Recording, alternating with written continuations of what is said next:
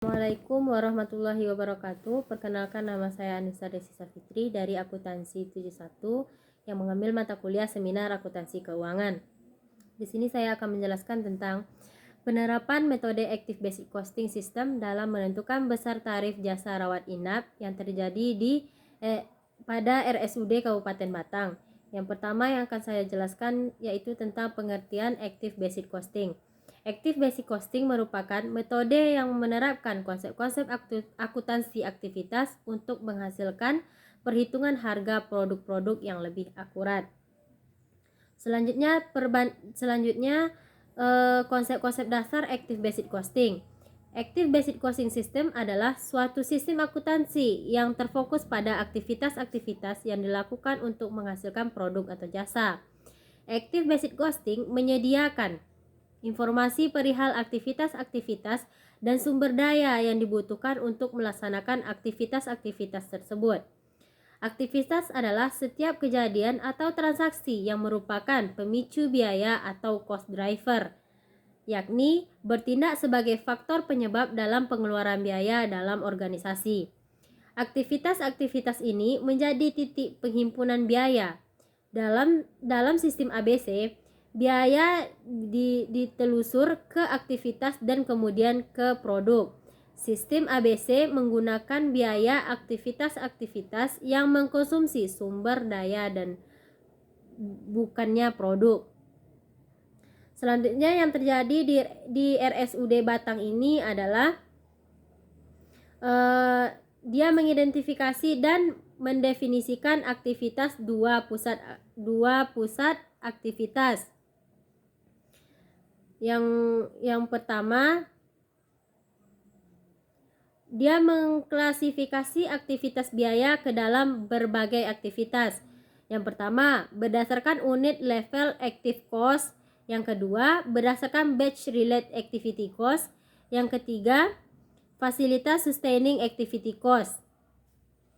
Yang selanjutnya, dia mengidentifikasikan cost driver. Setelah aktivitas-aktivitas ini didefinisikan sesuai dengan kategorinya, langkah selanjutnya adalah mengidentifikasi cost driver dari setiap biaya aktivitas. Mengidentifikasi ini dimaksudkan dalam penentuan kelompok aktivitas dalam tarif atau unit driver. Selanjutnya, dia menentukan tarif per unit cost driver. Setelah mengidentifikasi cost drivernya, dia menentukan tarif per unit cost driver karena setiap aktivitas memiliki cost driver dengan cara membagi jumlah biaya dengan cost drivernya. Selanjutnya, membebankan biaya ke produk dengan menggunakan tarif cost driver dan ukuran aktivitasnya. Dalam tahap ini, menurut Hansen dan Women, biaya aktivitas dibebankan ke produk berdasarkan konsumsi masing-masing aktivitas produk. Pembebanan biaya overhead dan tiap aktivitas ke setiap kamar dihitung dengan rumus sebagai berikut. BOP yang dibebankan sama dengan tarif atau unit cost driver dikali cost driver yang dipilih. Dengan mengetahui BOP yang dibebankan pada masing-masing produk, maka dapat dibilang tarif jasa rawat inap per kamar menurut Mulyadi, perhitungan tarif masing-masing tipe kamar dengan metode ABC dapat dihitung dengan rumus sebagai berikut. Tarif per unit kamar sama dengan kos rawat inap ditambah laba yang diharapkan. Unit kos rawat inap per kamar diperbolehkan total biaya yang telah dibebankan pada masing-masing produk dibagi dengan jumlah dari yang dipakai. Sedangkan laba yang diharapkan atau yang ditetapkan pihak manajemen RS yaitu kelas VIP 15%, kelas 1 12%, kelas utama 12%, kelas 1 10%, kelas 2 10%, kelas 3 dapat subsidi dan kelas VIP sebesar 5% dari tarif yang diterapkan. Jadi kesimpulan dari RSUD Batang ini adalah pertama, perhitungan tarif jasa rawat inap dengan menggunakan metode ABC dilakukan melalui dua tahap, yaitu Tahap pertama, biaya ditelusur ke aktivitas yang menimbulkan biaya, dan tahap kedua, membebankan biaya aktivitas ke produk. Sedangkan tarif diperoleh dengan menambahkan kos rawat inap dengan laba yang diharapkan. Dari perhitungan tarif jasa rawat dengan menggunakan metode ABC, diketahui besar tarif unit kelas VIP adalah sebesar 129.856.179. Utama 1 sebesar 51.735.29243. Utama 2 sebesar 80.909.85506. Kelas 1 sebesar 66.119.29793. Kelas 2 sebesar 58.642.10563. Yang di kelas 3 sebesar 39.435.9222.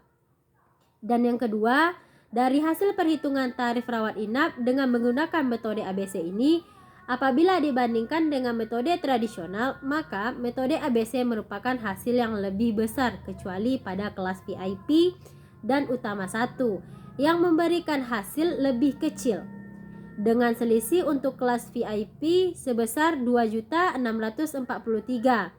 utama 1 sebesar 5.764, utama 2 sebesar 3.409, yang kelas 1 sebesar 16.119, kelas 2 sebesar 28.648, kelas 3 21.935.